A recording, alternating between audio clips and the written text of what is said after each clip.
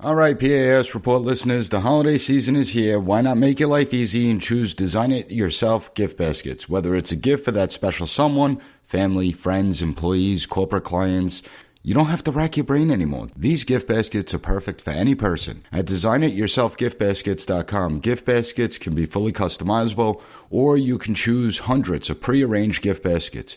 Design It Yourself gift baskets are festive for the holiday season, whether it's Thanksgiving, Christmas, Hanukkah, and you can be sure that these beautifully decorated gift baskets will make anyone feel appreciated. No matter who you're shopping for, go to designityourselfgiftbaskets.com.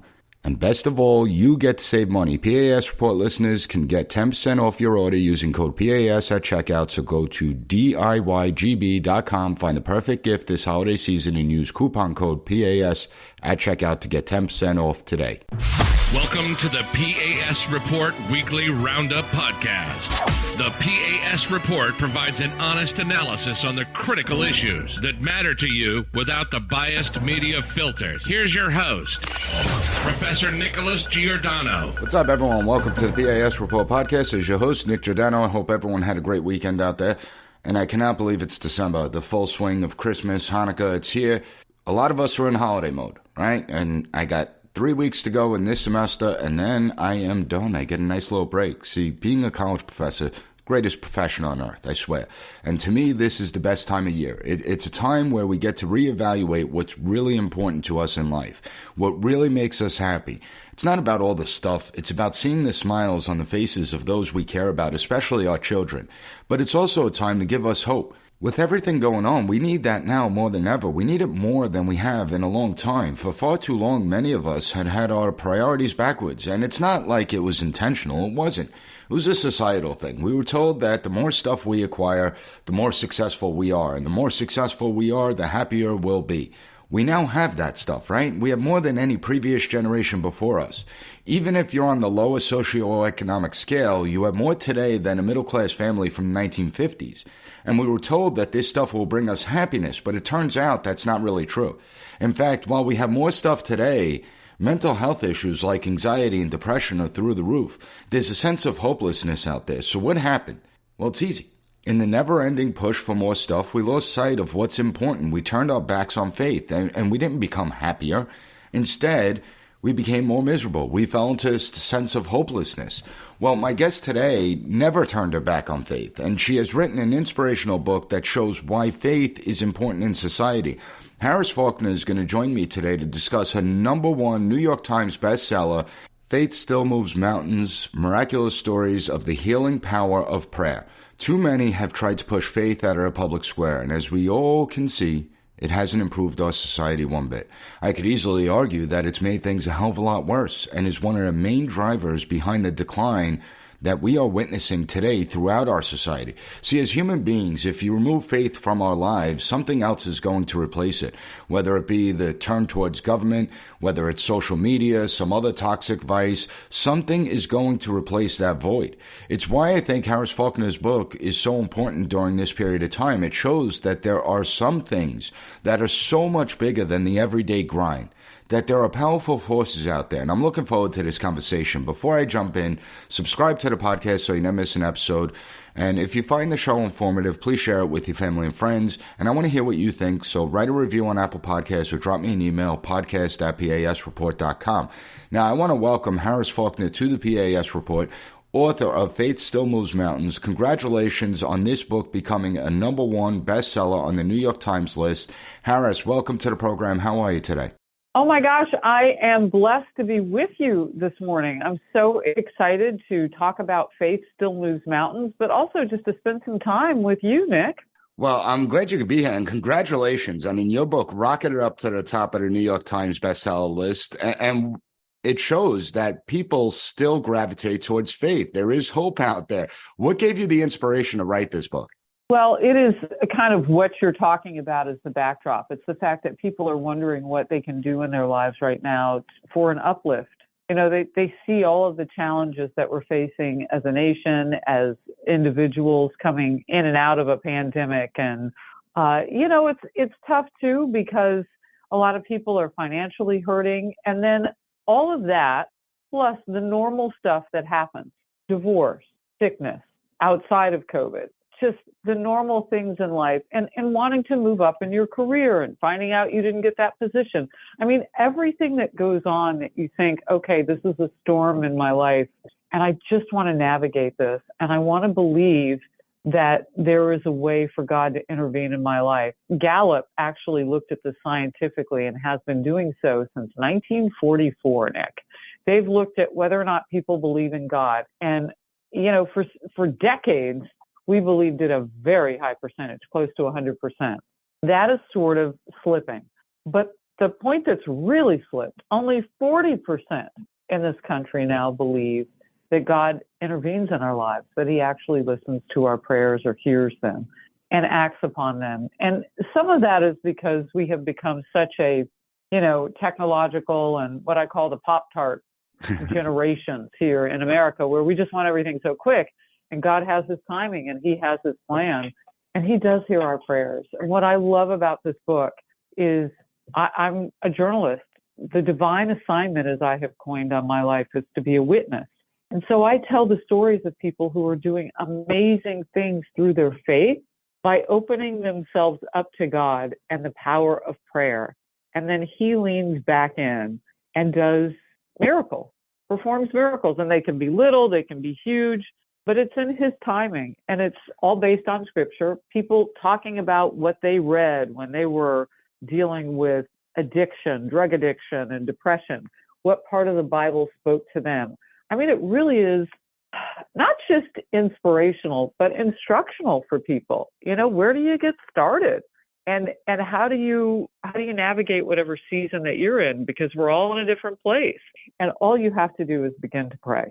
And I think you don't have to pray perfect words, but pick a time, pick a place, pick a time and place where you can be alone, those three things each day, and just spend a few minutes with the Lord. And I think you bring up such a great point that as we moved away from faith in our society, as we continue to technologically advance, it seems that all that stuff, right? So in America, success is stuff, how much stuff we have. And that was supposed to make us happy, but it hasn't, because depression and anxiety are through the roof. And they were increasing prior to the COVID pandemic, but now they've metastasized. And do you think that a return of God can fix some of the problems that we see in our society on a daily basis? Oh, 100%. We are so self-focused right now. We're self-focused on our pain. We're self-focused on our joy. We're FOMO'd out, fear of missing out. We're YOLO'd. We're, you know, I mean, we put hashtags and acronyms for everything that we think that life ought to be. And life is not that complicated, because if it were, children wouldn't get it. And for those of us who are parents, and you don't have to be a parent, you can be a fantastic aunt or uncle, you can be a mentor. But when you see young ones watching what you do, you want to be simple, exact, caring, and helpful. And I find that the greatest gift that we can give young people around us is to show them how we survive. Survival is not overrated. How we survive the darkest moments in our lives, how we survive loss.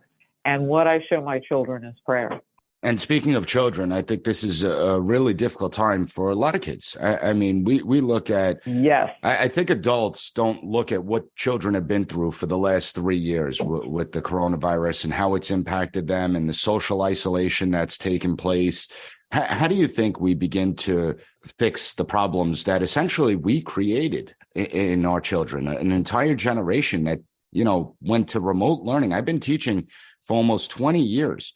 And the student body of today is much different than I was getting from, 3-4 years ago. And they're bitter. They're resentful. How do we begin to start healing that? You know what? They are bitter.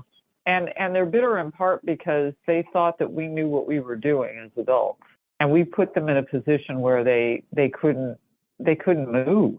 And children, especially the age group that you're talking about. I have 2 teenagers, 13 and 15. So I've got an 8th and a 10th grader, 2 girls. And I watch them for 3 years now navigate the system that locked them out.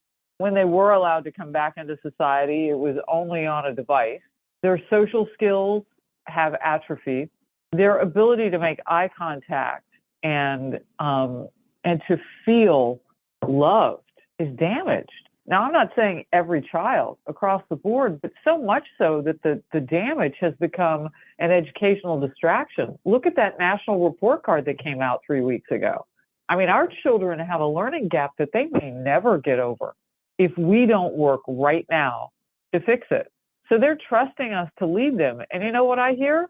I hear mixed messaging coming out of our leadership in the White House.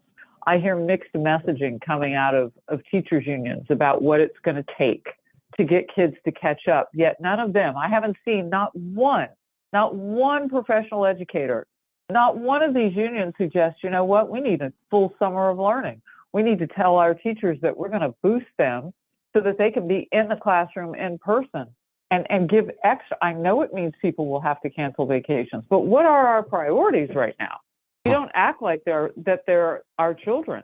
And when I say we don't, when we show up as parents to the school boards, and look, I don't want to bring too many politics into this, but let's just get this real. When we show up, we're not appreciated. You know, at a high level of the federal government, they want to accuse us of practically being terrorists for having a dissenting view on how we're going to raise our children and education. So I really don't want a situation where we can't even say the word God in the classroom anymore. Like, we can't say the Pledge of Allegiance. I mean, you mix in all of that secularism with the bad judgment and mixed messaging in a pandemic, and you have the toxic, depressed state that many of our teens and early 20-somethings are in right now. We cooked that batch up for ourselves, and we've got to fix it. We certainly did. Prayer and showing people that they can take, young people can take a role in their healing. God is a healer. I opened this book with a story about teenagers. And when I went to the Villages 2 days ago, which is a huge, across 3 counties, the Villages is so big retirement community in Florida. They're all driving those golf carts, which are pretty spiffy, by the way. And I was talking to people, and they said, you opened your book with a teenager, and I cried because I realized that we all need these stories, and especially the young people around us. They have grandchildren. They're wondering, how do I reach them?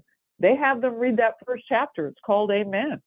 Story about children choosing to pray in the darkest moment in their lives so far. I mean, it's moving. And I'm glad people are finding that it's helpful.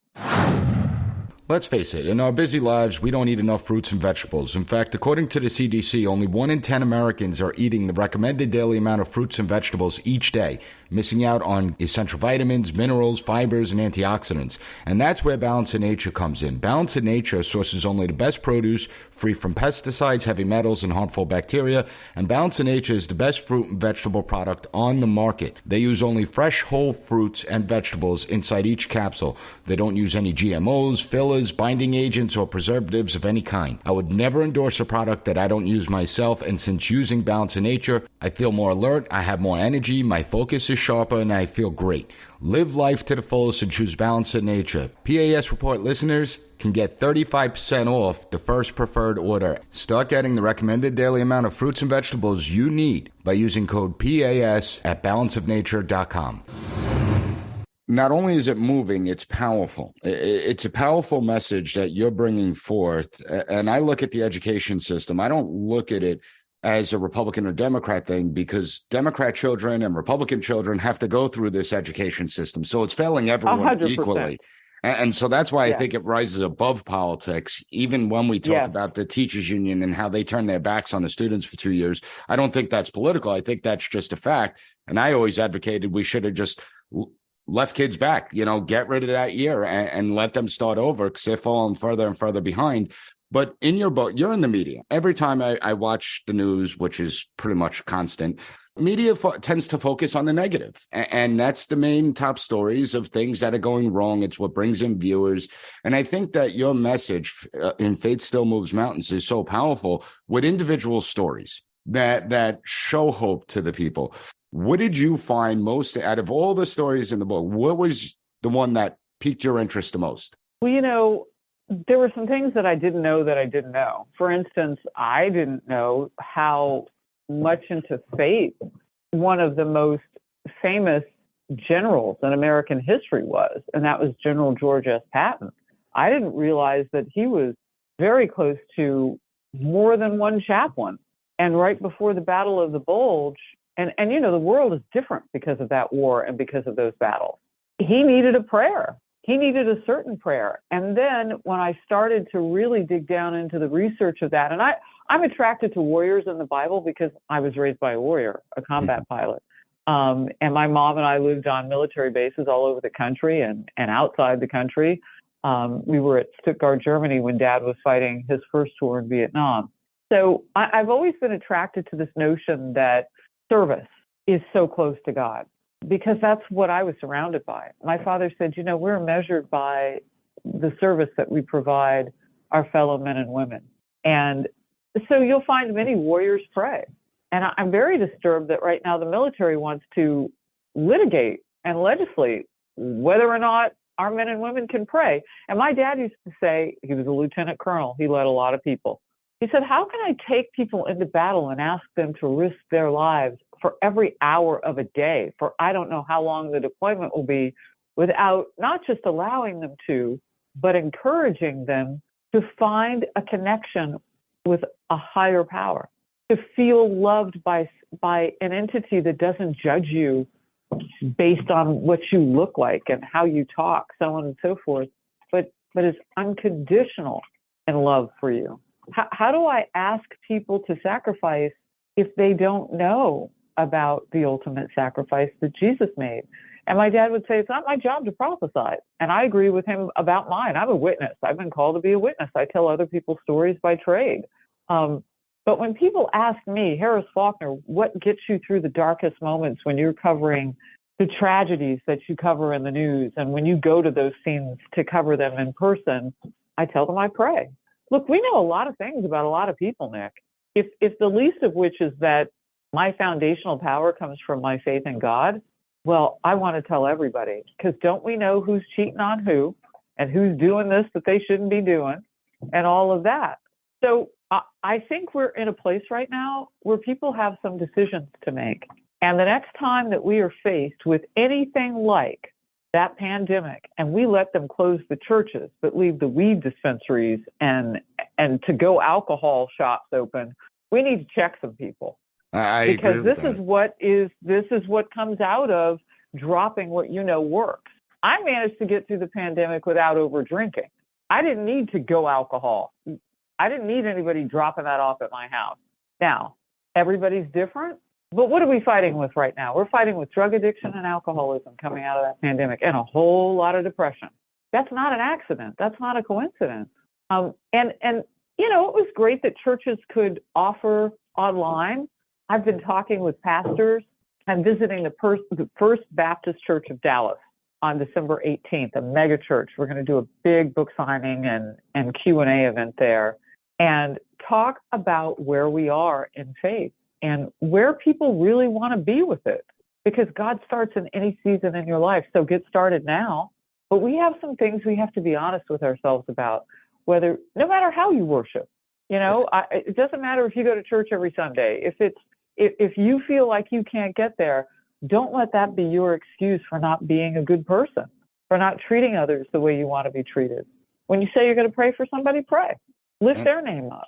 And it's such great points. There are ways that we can change the world right now if we determine that it's worth changing.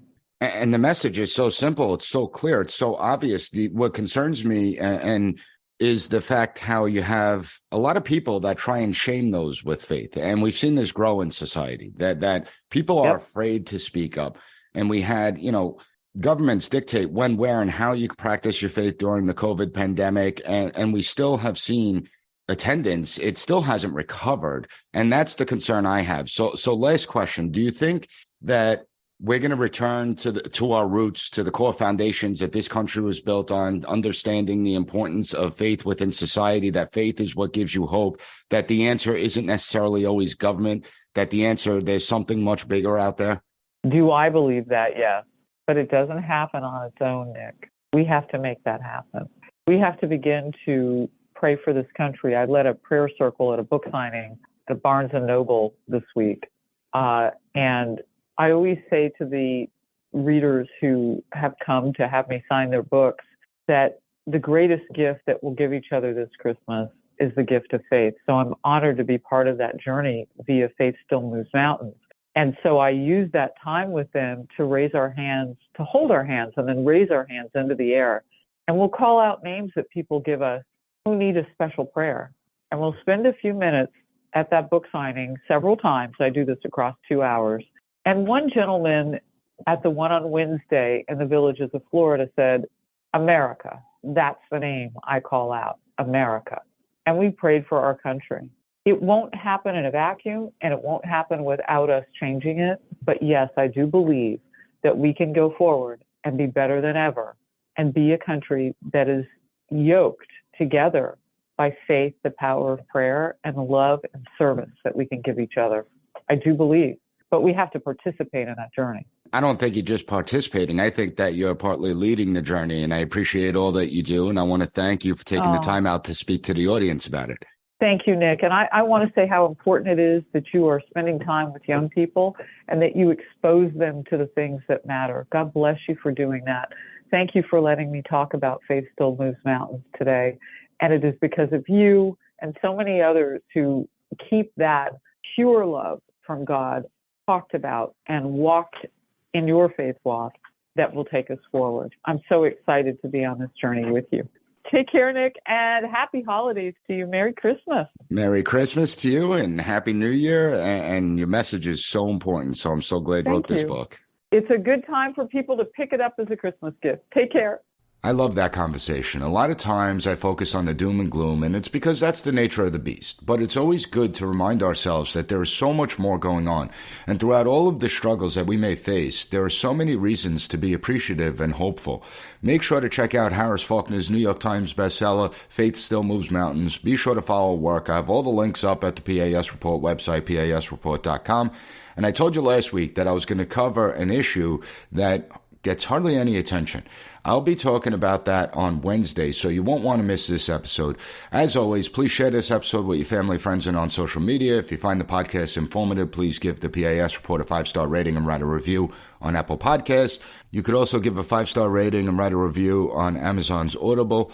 I want to thank you for joining me today, and I'll be back on Wednesday with another great episode of the P.A.S. Report podcast. Thank you for listening to the P.A.S. Report Weekly Roundup Podcast. Have a good one. Bye. Be sure to rate, share, and subscribe to the podcast so you'll never miss an episode. Also, visit PASreport.com and follow us on Twitter at PAS Report.